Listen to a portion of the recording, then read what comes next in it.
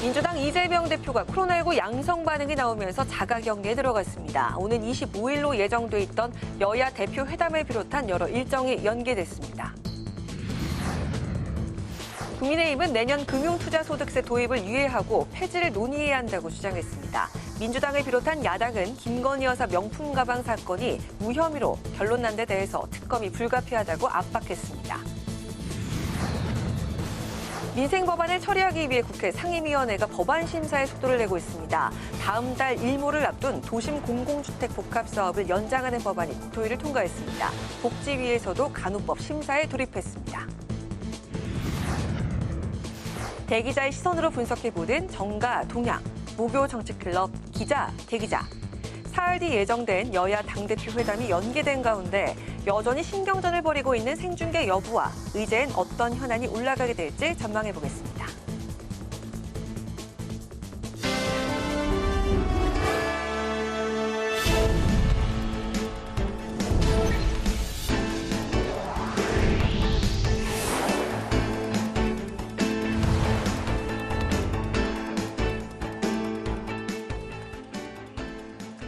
여러분 안녕하십니까? 8월 22일 목요일 국회 라이브 6 시작하겠습니다.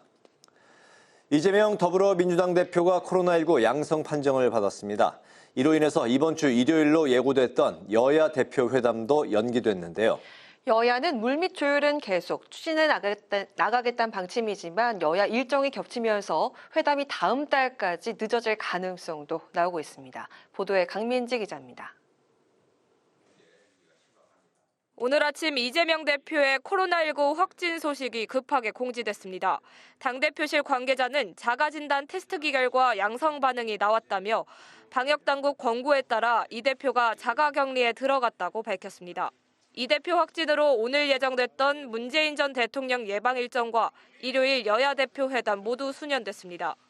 한동훈 대표는 이 대표의 쾌유를 빈다며 국민의힘은 민생을 위한 회담 준비에 더 박차를 가하겠다고 말했습니다. 시간이 더 생긴 만큼 더 충실하게 준비해서 민생을 위한 회담, 정치 복원을 위한 회담, 정쟁 중단을 선언하는 회담이 이루어지기를 기대합니다. 저희도 잘 준비하겠다는 말씀을 드립니다. 여야는 회담 일정 조정과 의제 조율을 위한 실무 협상은 이어가기로 했습니다. 양당 대표 비서실장은 어제도 비공개로 만나 실무 논의를 진행한 것으로 확인됐는데 국민의힘 측은 합의된 부분과 간극이 있는 부분 모두 있었다고 밝혔습니다. 실무 협상에서 해병대원 특검법의 의제 선정과 회담 생중계 방식 등이 쟁점이 됐던 것으로 보입니다. 이에 민주당은 의제 조율이 되지 않으면 대표 회담이 파기될 수 있다고 으름장을 넣습니다. 또 생중계를 받아들일 수 있다면서도 한동훈 대표의 생중계 아이디어는 용산 보여주기용이라고 비판했습니다. 당 안에서의 정부 여당 내에서의 헤게모니, 그 용산과의 어떤 관계 그런 측면에서 자기 주도성을 못 갖고 있는 것 같아요. 그러면서 용산의 눈치를 보는 것 같습니다. 결국 여야 대표의 전향적인 입장이 필요해 보이는 가운데 회담 일정은 이 대표의 증상 호전 뒤 다시 정해질 예정입니다. 하지만 다음 주에는 여야 워크숍 일정이 몰리면서 다음 달까지 회담이 미뤄질 가능성이 제기되고 있습니다. 국회방송 강민지입니다. 국민의힘이 후쿠시마 원전 처리수와 관련해 1년 전 민주당이 했던 발언들은 괴담 선동이었다고 주장했습니다. 금융투자소득세에 대해선 적어도 내년 1월 1일 시행된 일은 없어야 한다며 민주당을 거듭 압박했습니다. 이런 가운데 검찰이 김건희 여사 명품 가방 사건에 대해서 무혐의 결론을 내린 것에 대해 민주당 등 야당이 강하게 비판했습니다. 김지수 기자입니다. 괴담 선동 정치를 끝내야 한다고 야당을 비판한 국민의힘. 후쿠시마 원전 처리수가 방류된 지 1년이 지났지만 당시 민주당이 했던 발언 중에서 실현된 것은 하나도 없다고 주장했습니다. 그 말 중에 하나라도 실현됐다면 지금 우리 바다는 오염돼 있어야 하고 수산업은 황폐해 있어야 하고 우리 국민의 건강은 위협받고 있어야 합니다. 금융투자소득세도 재차 언급했습니다. 금투세 폐지에 대한 찬성 여론이 높다며 적어도 내년에 시행되는 것은 막아야 한다고 촉구했습니다. 적어도 내년 1월 1일에 금투세가 시행되는 일은 없다는 점에 대해서는 우리 간에 서로 미리 합의를 하고 그 결정을 공표하는 것이 국민들의 그리고 투자자들의 불안을 해소하는 것이다. 하지만 민주당은 금투세와 관련해 당내 의견이 엇갈리는 상황인 것으로 전해졌습니다. 무조건 유예 안 되고 그냥 내년부터 시행 요구가 있고 하나는 아예 그냥 폐지를 해버리거나 뭐 이런 것들이 있는데 그 중간을 찾아야 되겠죠. 김건희 여사 명품 가방 수수 의혹에 대해 검찰이 무혐의 결론을 내린 것도 쟁점이 됐습니다. 민주당은 특검의 필요성을 검찰 스스로 입증했다고 강하게 비판했습니다. 명품백이 감사의 표시이지만 청탁의 대가는 아니라는 궤변을 믿을 국민은 아무도 없습니다. 특검으로 진실을 밝혀야 합니다.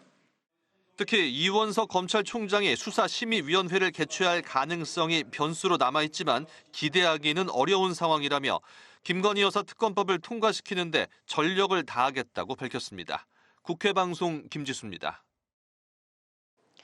오늘 국토교통위원회에서는 공공주도로 도심 노후 지역을 개발해 주택을 공급하는 도심 공공주택 복합사업의 시한을 2년 3개월 연장하기로 했습니다. 보건복지위원회도 소위를 열어 여야 합의가 기대되는 간호법을 심사했습니다. 이소희 기자가 보도합니다. 국토교통위원회가 국토법안심사 소위와 전체 회의를 잇따라 열고 일몰을 앞둔 도심 공공주택 복합사업의 시한을 2026년 12월 말까지 연장하기로 의결했습니다. 도심 공공주택 복합사업은 민간 재개발이 어려운 도심의 노후 부지를 공공이 확보해 주택을 빠르게 공급하도록 한 법안으로 2021년 3년짜리 한시법안으로 도입됐습니다. 법안에 명시된 일몰 기한에 따라 다음 달 20일이면 사업이 종료돼 전국 33곳의 사업장이 무산될 수도 있는 상황. 국토위는 공공주택 사업이 단절 없이 진행될 수 있도록 일몰 기한을 2년 3개월 연장하고 추가적인 제도 개선 논의도 이어가기로 했습니다. 당초 연장 기한을 두고 여야의 이견이 있었지만 법안 심사 소위에서 정부와 논의한 결과 2년 3개월 연장으로 최종 합의했습니다. 여야는 일몰 기한을 불과 한 달 앞두고 급하게 사업 개정이 논의됐다며 정부의 대처가 미흡했다고 질타했습니다. 3일 전에 법안을 제출해서 이 제도 개선을 포함한 일몰 기한 연장을 오늘까지 처리해달라. 이런 일은 앞으로 반복되지 않았으면 한다는 말씀을 드립니다. 정부에서는 이런 일몰의 연장이 필요하다고 느끼면은 모든 의원님들에게 좀 더 소상히 미리 좀 사전에 설명을 해주셨으면 하고요. 일몰 연장을 담은 공공주택 특별법 개정안은 법제사법위원회를 거쳐 이번 달 28일 본회의에 상정될 예정입니다. 한편 보건복지위원회는 법안 심사 소위를 열어 간호법 제정안 4건을 심사했습니다. 복지위는 간호법이 8월 국회에서 여야의 합의가 주목되는 만큼 PA 간호사의 업무 범위 등 쟁점 사항을 두고 이견을 좁혀갈 방침입니다. 국회방송 이소희입니다.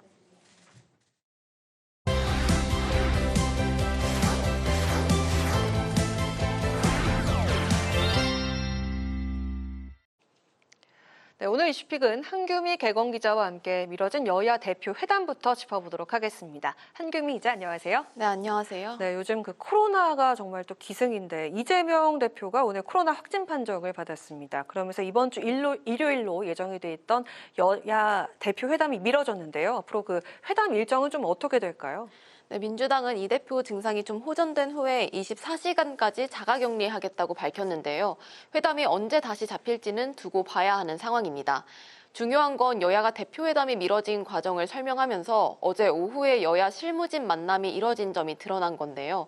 박정하 국민의힘 당대표 비서실장은 어제 이해식 민주당 당대표 비서실장과 몰래 만났고 어떻게 준비할지 논의했다고 밝혔습니다.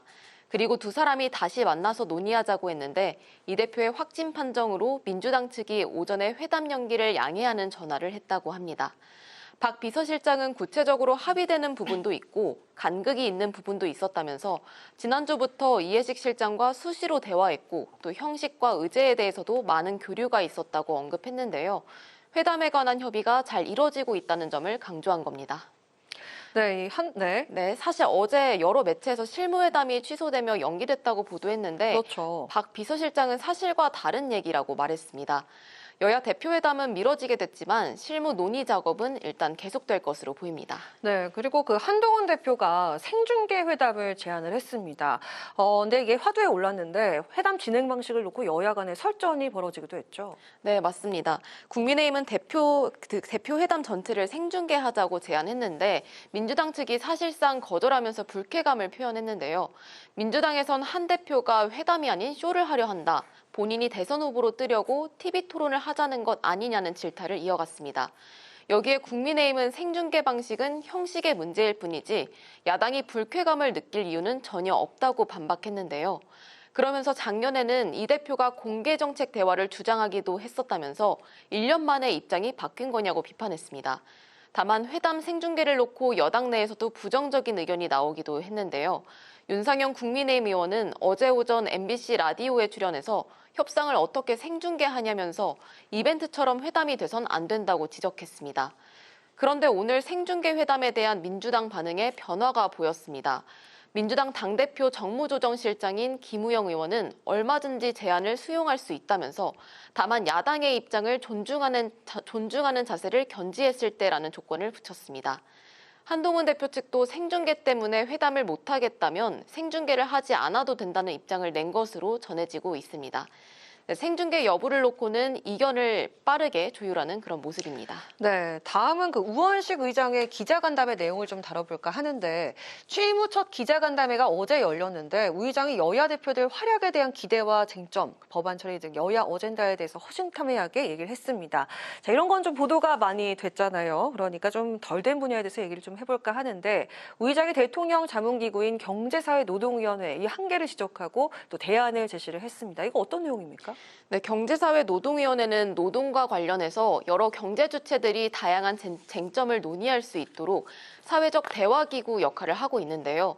우원식 의장은 사회적 대화에 대한 각 정권의 태도가 다르다 보니 어떤 정권이냐에 따라 경사노위가 역할을 하기도 못하기도 한다고 지적했습니다.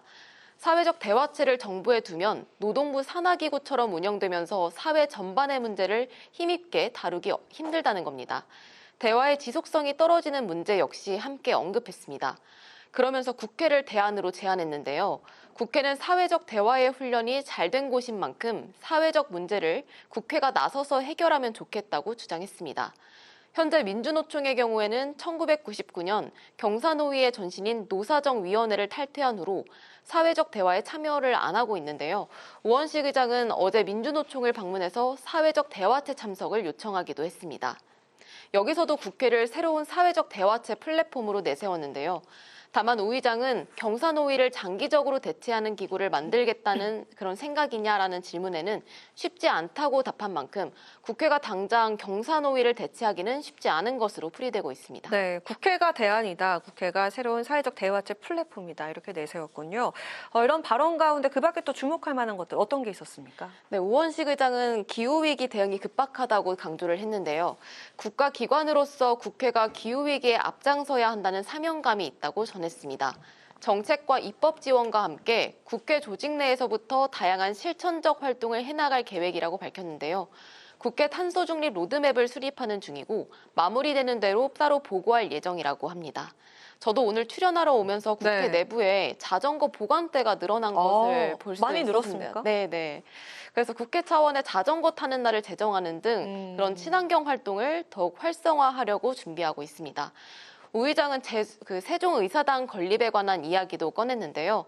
조만간 세종의사당 건립위원회 구성이 완료된다면 탄소 중립을 실현하는 상징적 건물로 건립을 추진하려 한다고 밝혔습니다. 네, 앞으로도 국회가 앞장설 수 있는 것들이 많아졌으면 좋겠다 그런 생각이 듭니다. 오늘 한규미 기자와 함께했습니다. 고맙습니다.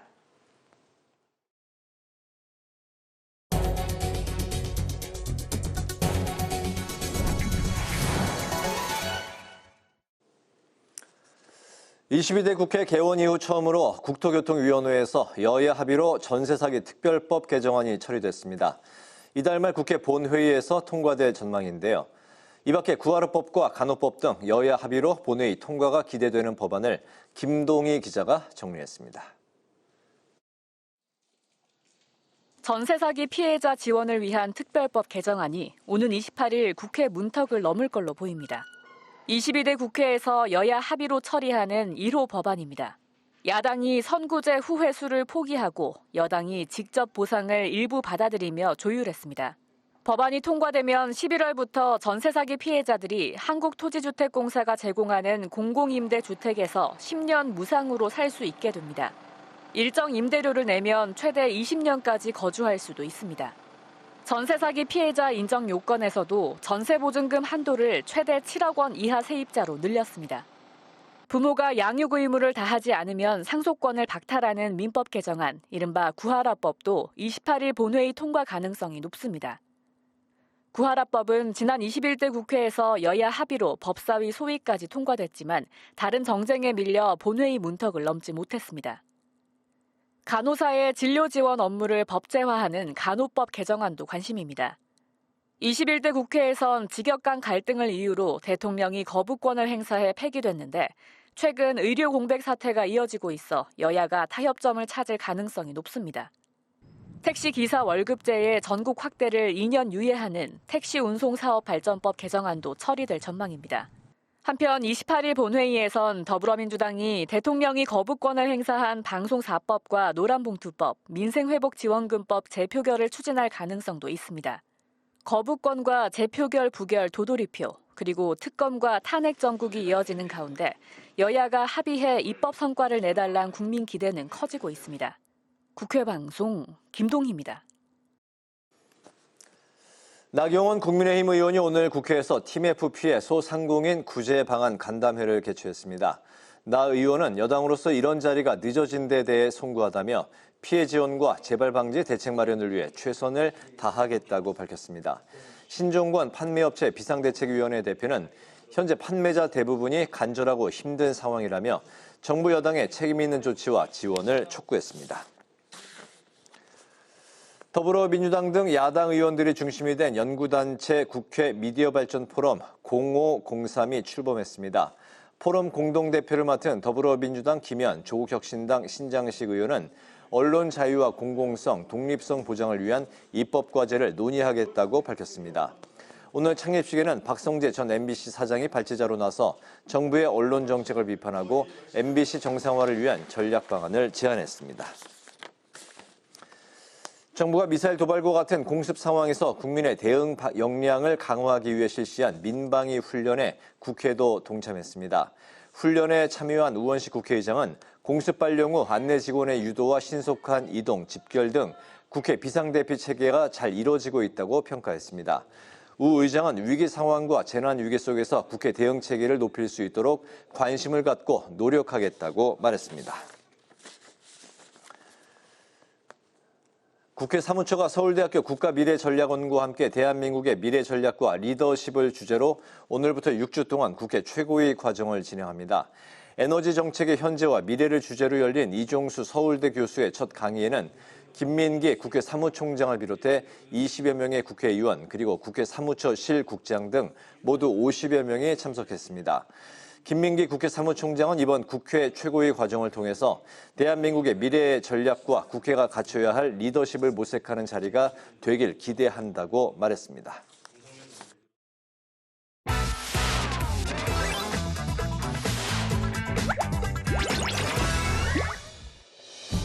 (8월 22일) 강아랑이 전해주는 정치권의 뜨거운 말말말 강아랑의 정치랑입니다. 오늘 첫 번째 주제, 한동훈의 딜레마입니다. 여야 대표의 회담을 앞두고 제3자 추천 해병대원 특검법을 발의하라는 야당의 압박이 거세지면서 한동훈 대표 고민이 깊어지고 있습니다.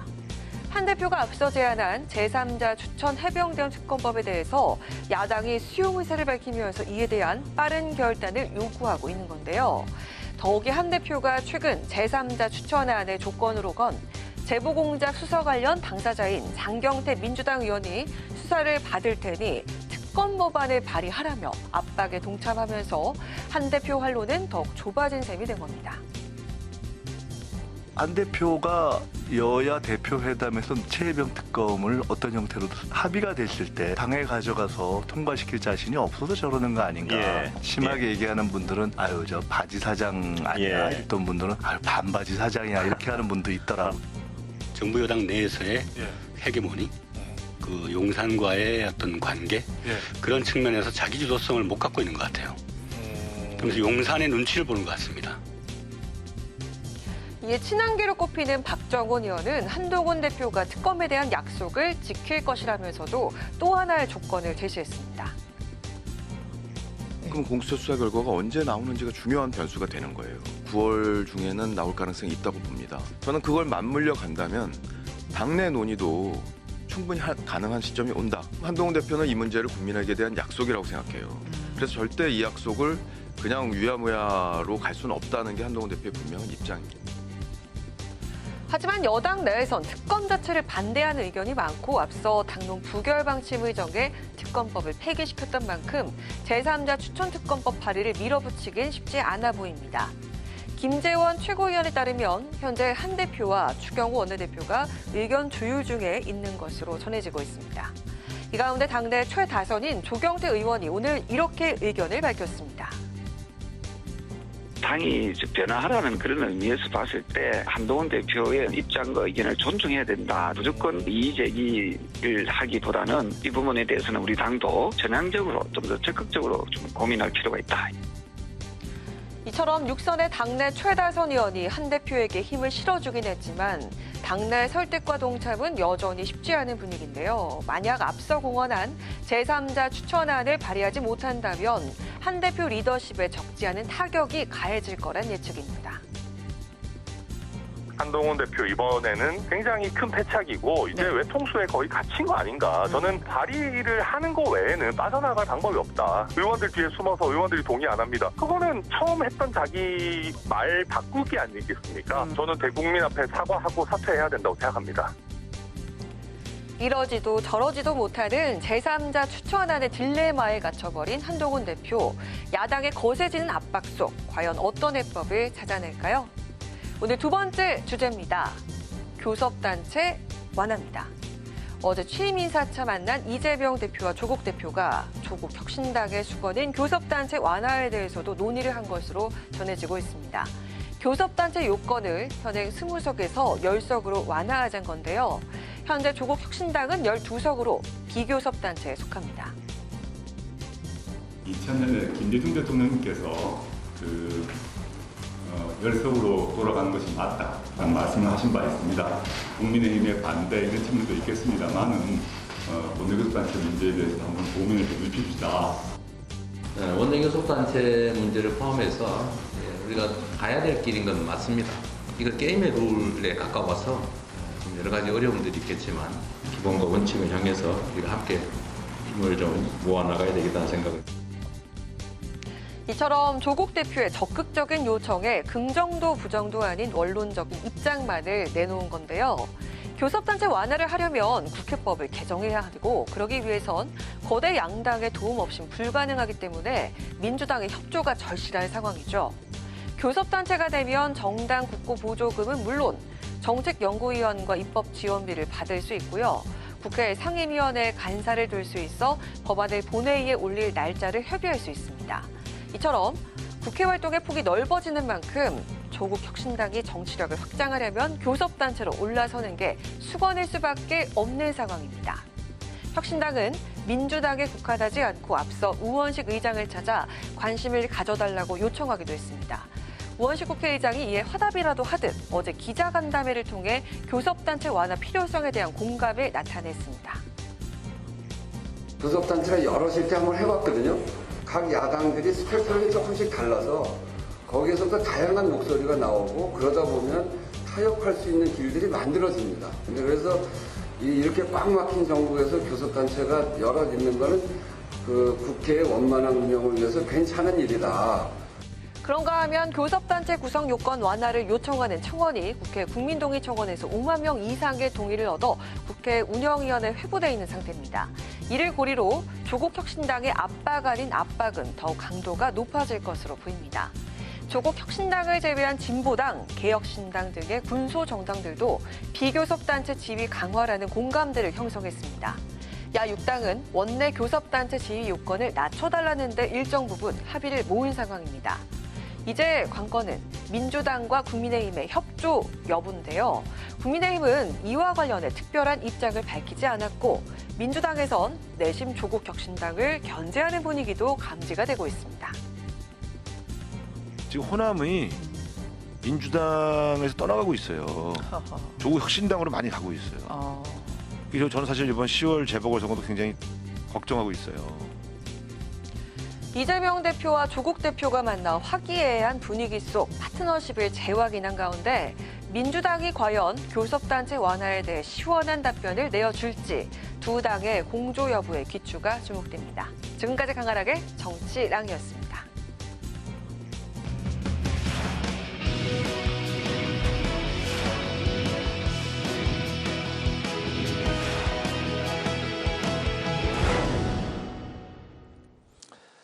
네, 정치권의 동향을 대기자의 시선으로 짚어보는 목요 정치클럽 기자 대기자 시간입니다. 오늘도 최병묵 전 TV조선 해설위원, 성환영 한겨레신문 선임기자 두 분과 함께하겠습니다. 어서 오십시오. 네, 안녕하세요. 네, 오늘 발제는 최 의원님께서 하시겠다고 손을 번쩍 드셨네요. 네. 요즘 이제 당대표 회담, 사실 연기되기는 했습니다만은, 네. 그걸 통한 신경전 여전히 계속되고 있고요. 이제 검찰이 김건희 여사 명품백 문제에 관해서 무혐의 처분을 할 것이다 이런 언론 보도가 나오니까 이걸 둘러싼 여야 간 공방이 지금 치열해지고 있는데 이 두 문제를 논의를 해보겠습니다. 네. 이재명 민주당 대표가 코로나19에 이제 확진되면서 오는 25일 일요일 오후 3시 국회에서 이제 예정이 됐었던 여야 당대표 회담이 연기가 됐습니다. 이제 언제쯤 회담이 다시 이제 성사가 될지 아직 불투명한 상황인데요. 이런 가운데 이제 현재까지 상황에서 국민의힘에서 제안했던 TV 생중계 문제가 아직까지도 이제 뜨거운 불씨로 올라와 있습니다. 회담 생중계 제안, TV 생중계가 이제 성사가 될지 송 의원님께서는 어떻게 보십니까? 일단 그 쟁점은 넘어간 것 같아요. 예, 그게 그렇게 국민의힘에서도 굳이 그걸 꼭 해야 된다 이런 태도는 아니고요. 네. 일단 민주당 쪽에서 아주 불쾌하다 이렇게 했다가 한동훈 대표가 그거 갖고 불쾌할 것까지 있냐? 그거 안 하면 될 거 아니냐? 이런 식으로 정리가 됐습니다. 그래서 그건 쟁점이 아니고요. 네. 일단 25일 일요일 오후에 대표회담이 성사가 됐으면 참 좋았겠다. 네. 싶은데 이렇게 코로나가 발목을 잡네. 좀 아쉬움이 있습니다. 이게 8월 18일에 이재명 대표가 전당대회에서 대표로 선출됐죠. 그래서 그 직후에 영수회담이든 대표회담이든 이렇게 해야 네. 우리 국민의 주목도 좀 받고 또 이렇게 좀 이렇게 탄력을 받을 때 뭔가 좀 회담을 해야 네. 성과를 내기도 쉬운 건데 이게 좀 미뤄지면서 조금 김이 빠지는 느낌이 있습니다. 그래서 이거 여야를 떠나서 네. 좀 아쉬움이 있다 이 말씀을 꼭 언제쯤 그러면 다시 회담이 성사가 될 그런 시기가 좀 예측되는 게 있습니다. 예, 9월 초에 너무 늦지 않게 하고 싶다고는 해요. 그런데 일단 9월에 들어가면 또 정기국회 일정이 그렇죠. 있거든요. 네. 그런데 사실은 또 한동훈 대표하고 이재명 대표 만나는 게 무슨 남북 정상회담도 아니고요. 시간 내서 언제든지 만나면 되거든요. 네네. 양쪽 태도 자체가 조금 김이 빠지기는 했지만 네. 그렇다고 이걸 안 할 이유도 없습니다. 그래서 9월 초 정도에는 성사가 될 것으로 그렇게 예상이 됩니다. 네네. 일단 이번 주 일요일 회담이 이제 연기가 된 상황인데 언제쯤 재개가 될까요? 그거야 이제 코로나 문제에 관한 이재명 대표의 건강이 얼마나 빨리 회복되느냐 하고 연관이 있는데 네. 다음 주는 이제 각자 워크숍들이 있죠. 그럼 워크숍은 대개 1박 2일로 하니까 네. 아마 그런 문제 때문에 일정을 내기가 쉽지 않을 거예요. 그러니까 이제 아마 이렇게 수년되는 거고 정 안 되면 사실 일요일 날 만나기로 했던 것도 다른 일정이 평일 날 워낙 많으니까 일요일을 정한 거 아니겠어요? 네. 의지만 있으면 토요일, 일요일 남들 쉴 때 충분히 저는 할 수 있다고 봅니다. 그러니까 아마 뭐 8월 31일이나 뭐 9월 1일이나 이때도 사실은 가능한 거죠. 그런데 이제 그 현안들은 어차피 지금 다 해결 안 된 채 그냥 있잖아요. 네. 아마 그런 문제는 그러니까 양쪽의 의견만 있으면 되는 거고 생중계 문제는 뭐 국민의힘이 그렇게 그 강하게 주장할 생각은 아직은 없는 것으로 보여요. 네. 그러나 일단 생중계라는 그동안의 회담 스타일과는 완전히 다른 새로운 제안을 함으로써 약간의 기선제압 효과는 있었다. 저는 그렇게 보거든요. 뭐 그거 가지고 뭐 이재명 대표가 이제 불쾌하다 이렇게 얘기는 했지만 지금까지 그래도 여야가 대표회담을 해가면서 그걸 투명하게 국민 앞에 공개한 적은 없잖아요. 그래서 약간 신선함은 있었는데 여하튼 이게 코로나라는 사태로 인해서 이제 성사가 안 돼서 조금 아쉽긴 하지만 한 번쯤은 고려해 볼 만한 그 회담 방식 아닌가. 국민들도 한번 이게 회담이라는 게 대표회담이라는 게 어떤 식으로 전개가 돼서 어떻게 결론이 나는구나 그걸 한 번쯤 좀 직접 눈으로 확인하는 것도 뭐 도움은 될 수 있겠다 이렇게 생각을 합니다. 근데 그 부분은요 저는 좀 생각이 다른데 이게 좀, 대선 후보 토론이라든가 이런 경우에는 어떤 생각을 가지고 있구나 이게 유권자들이 볼 필요가 있죠. 그런데 이거는 어떤 여야가 서로 좀 절충을 하고 이렇게 타협을 해야 되는 성과를 내야 되는 여야 대표 회담입니다. 그래서 이게 이제 이런 거예요. 자, 이거를 얻기 위해서 이거는 내가 좀 양보를 해야 되겠다. 이렇게 생각을 해도 이걸 생중계하고 있으면 이거 양보하면은 그 지지층, 강성 지지층이 보기에는 아니 저 우리 대표 왜 저걸 양보해? 뭐 이런 식으로 욕을 할 수가 있거든요. 그래서 제가 정치 기자 꽤 오래 했습니다만 이 회담, 대표회담 이런 거 할 때 이거를 생중계하는 걸 한 번도 본 적이 없고요. 다 이제 그만한 이유가 있는 겁니다. 그래서 제 의원 말씀하신 대로 새로운 형식에 따른 참신함은 있을 수 있겠으나 이게 여야 대표회담으로서 생중계 이거는 적절하지 않다는 생각입니다. 이번 그 이재명 대표의 코로나 이제 상황 이 변수 아니더라도 본래의 그 의도대로 회담으로 가야지 TV 생중계 토론으로 가는 건 옳지 않았다. 이렇게 이제 그러니까 옳고 그르고의 문제도 아니고요. 이 코로나 오늘 아침에 그 공개되기 전에 이미 어제 저녁부터 뭐 생중계는 안 하는 걸로 양쪽에서 양쪽이 그런 분위기로 흘러갔습니다. 그렇게 정리가 돼 있었습니다. 그렇군요. 뭐 그러나 기본적으로 이건 옳고 그름이 아니에요. 관점의 차이인데 저는 뭐 충분히 할 수 있다. 왜냐하면 토론 형식으로 회담하지 않아요. 회담은 회담의 형식으로 하는 거죠. 그리고 뭐 만약에 이제 국민이 지켜보고 있다면 어느 한쪽이 일방적으로 양보 못 해요. 서로 조금씩 양보해야 되는 거거든요. 그런 점에서 본다면 장점도 있을 수 있어요. 그러니까 제가 이제 검토해 볼 만한 회담 방식이다 이런 얘기죠. 실무 회담은 회담대로 가고 또 TV 생중계 토론은 토론대로 가고 투 트랙으로 갈 수도 있는 사안이었다. 토론이 아니라니까요. 지금 생중계 하자는 건 토론이 아니고 회담을 국민 앞에 보여주자는 뜻이에요. 그걸 자꾸 TV 토론이라고 그러는데 TV 토론은 그냥 각자 주장하고 끝나잖아요. 이거는 거기서 결말을 내는 거예요. 그 과정을 국민들한테 보여주자는 거죠. 회담이 TV 생중계로도 가능하다. 이렇게 저는 가능하다고 봅니다. 이게 그러니까 관점의 차이다. 이거. 그렇죠. 그러니까 성격이 바뀌는 거겠죠. 이제 우리가 생각하는 회담은 서로 양보하고 타협해서 성과를 내는 것인데 이걸 생중계하는 순간 회담이 안 되고 토론처럼 이제 이 회담의 성격 자체가 바뀔 가능성이 있기 때문에 저는 앞으로도 이 회담을 생중계하는 거는 앞으로도 보기가 좀 어려울 것이다 이렇게 예측을 합니다. 네네. 이 회담에서 어쨌든 그 민주당이 내놓은 그 의제는 해병대원 특검법, 전국민 25만 원 지원법이었고 국민의힘은 정쟁 중단, 금투세 폐지 이를 이제 내세웠는데 회담에서 이 의제들이 좀 어떤 분위기로 좀 어떻게 흘러갈까요? 뭐 잘 아시다시피 사실은 의제가 워낙 지금 처음 만나는 거기 때문에 의제가 대단히 많아요. 그러니까 이런 것들을 어느 것 빼고 뭐 어느 걸 포함시켜서 하기는 어렵고 아마 하나하나씩 다 점검해야 될 거예요. 그래서 이제 만약에 평행선을 달리면 그건 그냥 평행선을 달리는 거고 접근할 만한 게 뭐 몇 개라도 있으면 그런 정도라도 성과를 내지 않을까 싶어요. 그러니까 이제 각자 자기 주장이 있고 양보선이 있겠죠.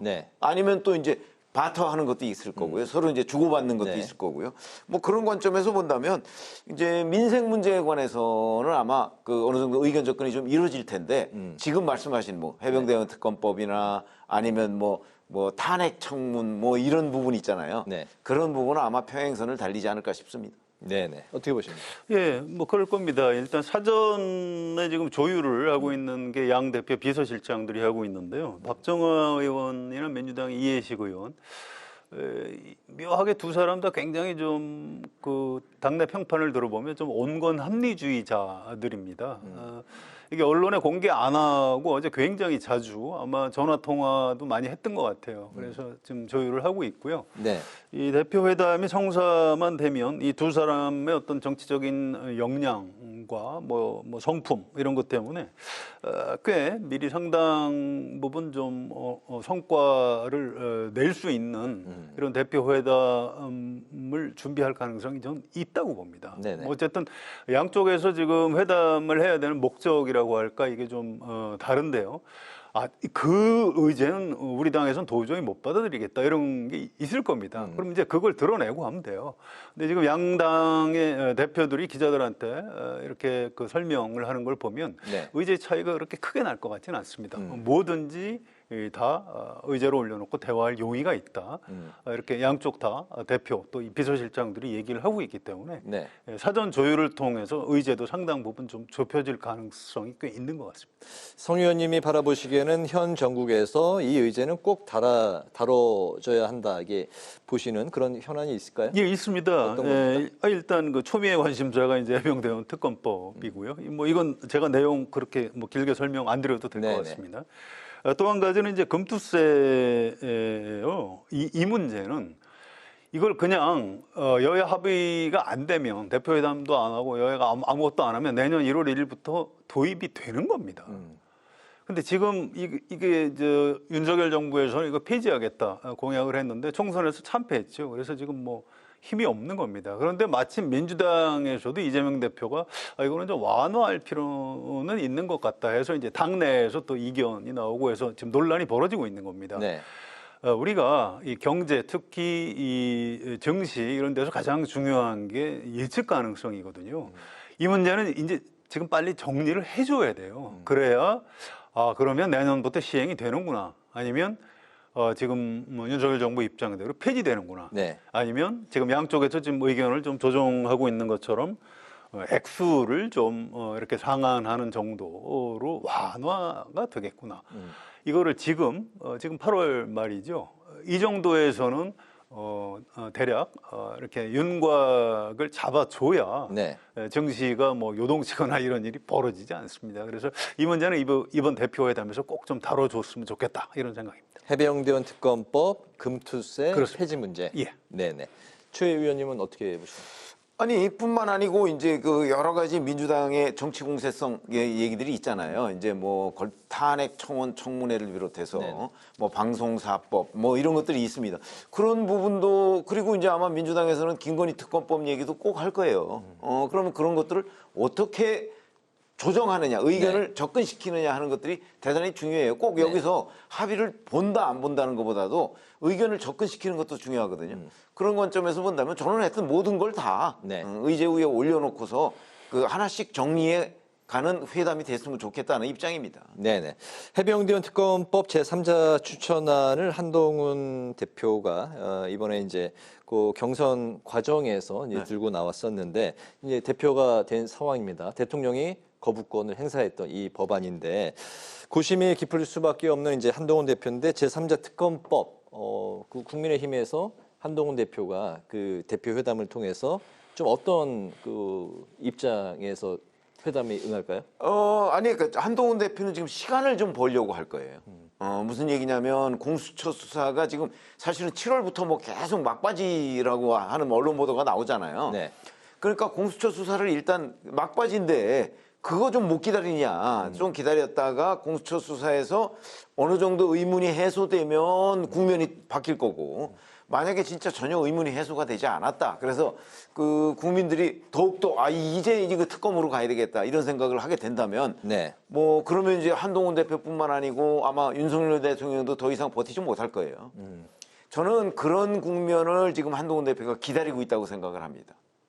그래서 그 국면이 되면 한 대표가 제3자 추천 특검안을 아마 받아들일 수밖에 없을 거예요. 그러기 위해서는 시간이 좀 필요하다는 거죠. 무슨 시간? 공수처가 수사를 마무리하는 시점. 왜냐하면 지금 거의 끝나가고 있으니까. 네.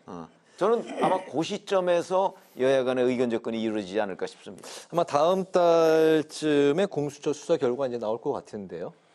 예, 뭐 그것도 중요하지만 저는 한동훈 대표가 좀 힘이 없는 것 같아요. 그러니까 고민의 문제가 아니고 하고 싶어도 할 수 있는 힘이 없는 것 같아요. 이게 이런 지점이 있습니다. 국민의힘의 당원들이나 지지층은 이거 하는 게 옳다 이렇게 생각하는 사람들이 많을 거예요. 그래서 한동훈 대표가 대표로 선출이 된 겁니다. 그런데 국민의힘 의원들은 또 생각이 다른 거예요. 아니 무슨 소리냐 이거 하면 안 된다. 이게 전당대회에서 한동훈 대표가 선출되기 전에도 반대 여론이 더 많았고 지금도 반대 의견이 더 많습니다. 이걸 한동훈 대표가 돌파할 수 있는 당내 어떤 그 파워가 아직은 부족한 것 같습니다. 그래서 이 문제는 이제 국민의힘 의원들이 그렇게 반대하는 이유는 물론 윤석열 대통령 때문에 그런 거죠. 그래서 결국은 윤석열 대통령이 한동훈 대표하고 이제 이 문제를 어느 선에서 좀 조정하느냐, 여지를 얼마나 주느냐, 이런 여권 내부의 어떤 파워 게임하고도 좀 관련이 있는 것 같습니다. 그게 정리가 되기 전에는 한동훈 대표한테 운신의 폭이 그렇게 넓어 보이지는 않는 그런 상태입니다. 그렇게 보시는군요. 검찰의 김건희 여사 명품백 수수 의혹 사건에 대해서 이제 무혐의로 이제 마무리를 했습니다. 민주당은 특검의 필요성을 입증하는 거다 이렇게 이제 반발하고 있는 상황. 명품백 수수 의혹 이제 앞으로 좀 어떻게 정리가 될까요? 지금 남은 거는 이제 이원석 검찰총장이 수사심의위원회를 여느냐 안 여느냐 이거 외에는 나머지 변수는 없어요. 뭐 근데 수사심의를 열건 안 열건 수사심의위원회에서 결론이 난다고 해서 검찰이 반드시 따라야 되는 건 아니거든요. 그리고 이게 그 명품백 문제가 사실 청탁금지법 위반이냐 아니냐 하는 문제, 그다음에 이제 김건희 여사를 처벌할 수 있느냐 없느냐 하는데 처벌 조항은 청탁금지법에 없어요. 공직자의 배우자는 처벌할 수가 없어요. 그 조항이 없어요. 그러니까 처벌이 안 되는 건 뭐 명확한 거고요. 다만 이제 이걸 청탁금지법 위반이지만 처벌 조항이 없으니까 못하는 거냐 아니면 위반조차 아니냐. 근데 지금 검찰은 위반조차 한 적이 없다 이렇게 지금 얘기를 하고 있거든요. 그렇기 때문에 제가 보건대는 아마 이거 가지고 국민적 의혹을 해소했다고 보기는 좀 어려울 거예요. 더군다나 지난번에 뭐 검찰청에 소환해서 조사한 것도 아니고 제3의 장소에서 조사했잖아요. 그것 때문에 여론이 더 악화된 측면이 있거든요. 그러니까 아마 이원석 검찰총장이 설령 여기서 무혐의 처분을 한다고 할지라도 야당의 이 특검 공세를 막아내기가 여권으로서는 굉장히 부담이 될 겁니다. 그래서 특검을 어떻게 할 것이냐.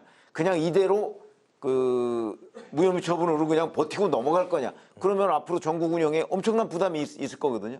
근데 이제 만약에 특검을 여기서 받아들일 경우에는 그러면 뭐 특검 한 3, 4개월 뒤에는 저는 뭐 특검을 받아들여도 별 문제가 없을 거라고 생각하는 사람이에요. 왜냐하면 처벌 조항이 없으니까. 그럴 경우에는 한 3, 4개월 뒤에는 전국 운영이 훨씬 쉬워지죠. 이 둘 중에 하나를 지금 여권이 선택을 해야 된다고 봅니다. 네, 옳은 말씀입니다. 저는 이 정치에서 법률적으로 뭐 유죄냐 무죄냐 이것도 중요하지만 신뢰가 참 중요하다고 생각합니다. 무신분립이라고요. 신뢰가 없으면 정권이 설 수가 없어요. 지금 우리 일반 국민이 이게 유무죄를 떠나서 이거 검찰 수사 결과 받아들일 수 있을까요? 없을 겁니다. 이게 윤석열 대통령이 옛날에 나는 사람한테 충성하지 않는다. 그래서 멋있다. 그래서 이제 지금 대통령까지 가 계신 건데 하필 윤석열 대통령이 검찰총장 출신이에요. 지금 윤석열 대통령 밑에 있는 검찰이 윤석열, 김건희라는 두 사람한테 충성하는 걸로 일반 국민들은 보고 있습니다. 그동안 검찰에서 이재명 대표하고 야당은 그렇게 가혹하게 수사를 했는데 뭐 이쪽에 대해서는 뭐 대통령 부부나 뭐 여당에 대해서는 뭐 별로 수사를 세게 하는 것 같지 않다 이런 불신이 있는 거예요. 그게 뭐 범죄를 안 저질렀기 때문에 그 수사를 안 했다 이렇게 생각할까요? 그렇지 않은 겁니다. 그래서 이건 어차피 아까 최 의원 말씀하신 거에 저도 한 8, 90% 이제 찬성을 합니다. 어차피 특검으로 갈 것 같아요. 이건 윤석열 대통령이 좀 전향적인 태도를 취하는 것이 정치적으로는 더 올바른 태도다라고 저도 생각합니다. 결국엔 특검으로 갈 것이다. 갈 것이고 오히려 선제적으로 가는 것이 정치적으로는 이득일 것이다 이렇게 봅니다. 알겠습니다. 한동훈 국민의힘 대표가 안보는 가장 중요한 민생이라고 하면서 간첩죄 개정과 그리고 이제 국정원의 대공수사권 부활을 당론으로 추진하겠다고 밝혔습니다. 간첩법 개정, 대공수사권 부활 어떻게 보십니까? 저는 뭐 당연히 해야 되는 일이라고 봅니다. 왜 그러냐면 지금은 간첩죄가 북한에 대해서만 적용이 되거든요. 그런데 지금은 산업 정보를 그 외국으로 유출하는 경우가 굉장히 많습니다. 그거는 간첩 아닌가요? 예를 들어서 뭐 중국이나 러시아로 우리나라 그 산업 기술에 아주 중요한 부분이 넘어갔다 그러면 그거를 저지른 사람은 간첩죄로 처벌을 해야 되는데 현재는 그렇지가 않아요. 그래서 이런 부분은 그 꼭 뭐 안보상의 문제, 안보가 뭐 경제 문제와 관련해서도 그 안보가 있을 수 있으니까. 그다음에 이제 대공수사권 부분인데 대공수사권이라는 거는요 일반 검찰 수사나 이런 거하고 다릅니다. 이 대공수사의 특징이 있어요. 적어도 수십 년간 그 이 부분을 다뤄오지 않았으면 이걸 다시 그 경찰이나 이런 데 가서 이 대공수사 역량을 확보하려면요 또 다시 수십 년이 걸립니다. 근데 그거를 문재인 정부에서 지금 경찰로 넘겼거든요. 그 경찰에서 간첩 하나도 못 잡았잖아요. 지금 뭐 넘어간 지 벌써 한 몇 년 되는데 하나도 뭐 소식도 없어요. 근데 그럴 수밖에 없어요. 왜냐하면 대공수사 역량이라는 거는 하루아침에 되는 게 아니기 때문에. 그런 점에서 본다면 하루빨리 뭐 간첩을 안 잡아도 된다. 국민들이 그렇게 생각하지는 않을 거 아니에요. 그렇기 때문에 하루빨리 그 국정원의 대공수사권은 부활을 해야 된다. 이렇게 생각합니다. 맞게 추진하고 있는 거다. 일단 국정원 대공수사권 이 얘기부터 먼저 해야 되겠네요. 이게 몇 년 된 게 아니고요. 올해부터 경찰로 넘어간 겁니다. 이게 2020년 12월에 법률이 개정이 됐고요. 3년간 유예 기간을 줬어요. 그동안 국정원의 어떤 권한을 경찰 쪽으로 좀 넘길 수 있도록 3년 정도면 상당히 시간을 좀 많이 준 거라고 봅니다. 물론 경찰이 국정원보다는 간첩을 좀 잘 못 잡을 수 있다 이런 걱정은 할 수 있어요. 그런데 일단 준비할 수 있는 시간을 좀 충분히 줬고요. 또 우리 경찰도 꽤 능력이 있는 겁니다. 또 국정원은 과거에 간첩 사건을 막 조작을 해서 인권 탄압을 했던 흑역사.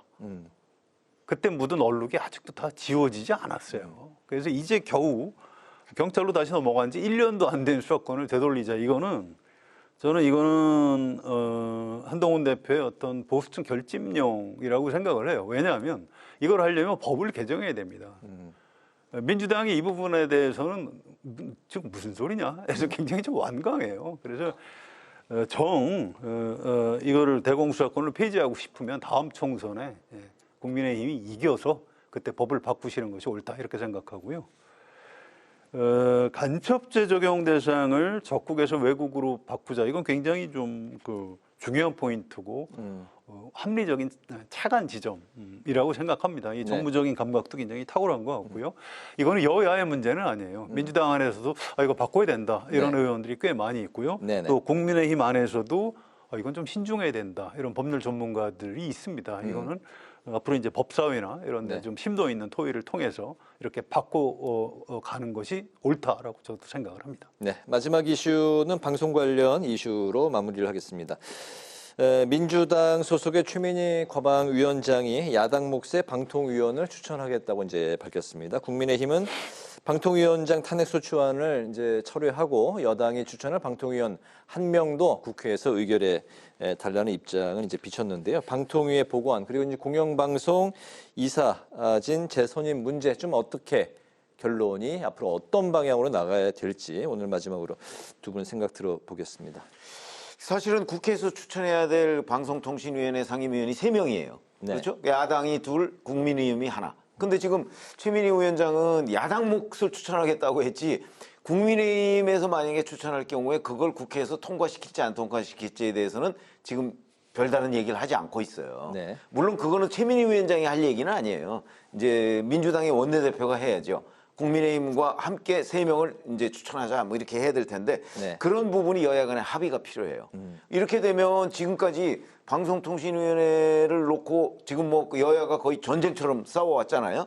근데 왜 싸웠지 싶을 거예요. 왜냐하면 그게 2인 체제가 뭐 합법적이냐 아니냐 뭐 이런 거 가지고 싸웠는데 미리부터 그냥 저 국회 몫을 추천했으면 5인 체제로 다 합법이 되는 거예요. 그렇기 때문에 저는 지금이라도 네. 국회 몫을 추천하기로 한 건 잘 됐는데 문제는 네. 국회 몫 3명을 여야가 합의로 다 추천해서 방송통신위원회를 하루빨리 정상화하는 게 시급하다 이렇게 생각합니다. 네. 근데 이게 국민의힘에서는 이진숙 방통위원장 탄핵 소추를 좀 철회해달라. 그래야 이제 3대2가 되니까요. 그냥 여야가 2대2가 되면 이 방통위 자체가 이제 멈춰버리니까 네. 민주당에서 지금 그러려고 하는 거 아니냐. 그러니까 탄핵 소추를 철회해달라 이렇게 얘기를 하는데 민주당에서 철회하겠습니까? 탄핵 소추를. 그럴 리는 없고요. 또 이건 좀 봐야 돼요. 이게 최민희 위원장은 사실은 민주당 추천 몫으로 방통위원이 추천이 됐는데 윤석열 대통령이 임명을 안 했죠. 그래서 이게 당사자입니다. 또 민주당에서 이 최민희 위원장은 이렇게 얘기를 했는데 이게 야당목 2명을 추천할지도 잘 모르겠어요. 전 좀 더 두고 봐야 된다고 네. 생각하고요. 또 민주당에서 그렇게 추천을 해서 국회 추천 절차를 거쳐서 올라가도 윤석열 대통령이 임명을 할지 이것도 좀 두고 봐야 됩니다. 과거에 최민희 위원 임명 안 했듯이 네. 또 그런 일이 벌어질 수 있는 거예요. 그래서 이건 이게 이것도 저것도 안 되면 지금 현 체제로 그냥 가고 헌법재판소에서 위원장에 대한 탄핵 여부가 결정될 때까지는 지금 이 상태로 갈 가능성이 있지 않을까. 저는 이 문제도 이 상태라면 현재 2인 체제. 현재 2인 체제로 그냥 가겠죠. 1인 체제죠, 1인 체제.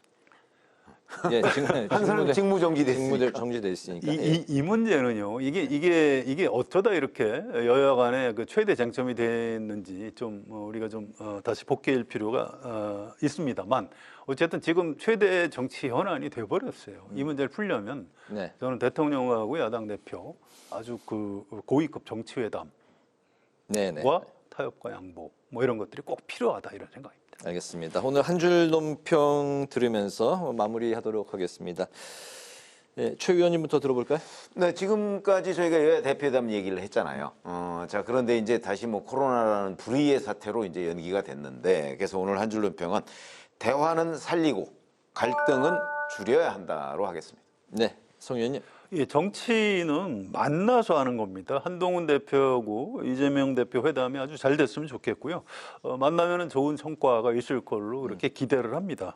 그런데 두 사람 회담만으로 좀 풀기 어려운 제가 좀 전에 말씀드렸던 방통위 정상화 이런 의제들이 있습니다. 네. 또 김건희 여사 뭐 특검법 여기에 대해서 한동훈 대표가 뭐 언론의 자유가 아마 없으실 거예요. 그래서 결국은 영수회담 같은 뭐 이름은 명칭은 뭘로 해도 좋습니다만 회담을 대통령하고 이재명 대표가 해야 되지 않을까 싶어서 오늘 제 한 줄 논평은 윤석열, 이재명도 회담해야라고 하겠습니다. 네, 회담, 대화 두 분의 오늘 한 줄 논평을 들어봤습니다. 목요 정치클럽 기자 대기자, 지금까지 최병묵 전 TV조선 해설위원, 성환영 한겨레 신문 선임 기자 두 분과 함께 오늘의 전국 현안을 살펴봤습니다. 오늘 말씀 잘 들었습니다. 감사합니다. 오늘 국회 라이브 6도 여기서 마치겠습니다. 시청해 주신 여러분 고맙습니다.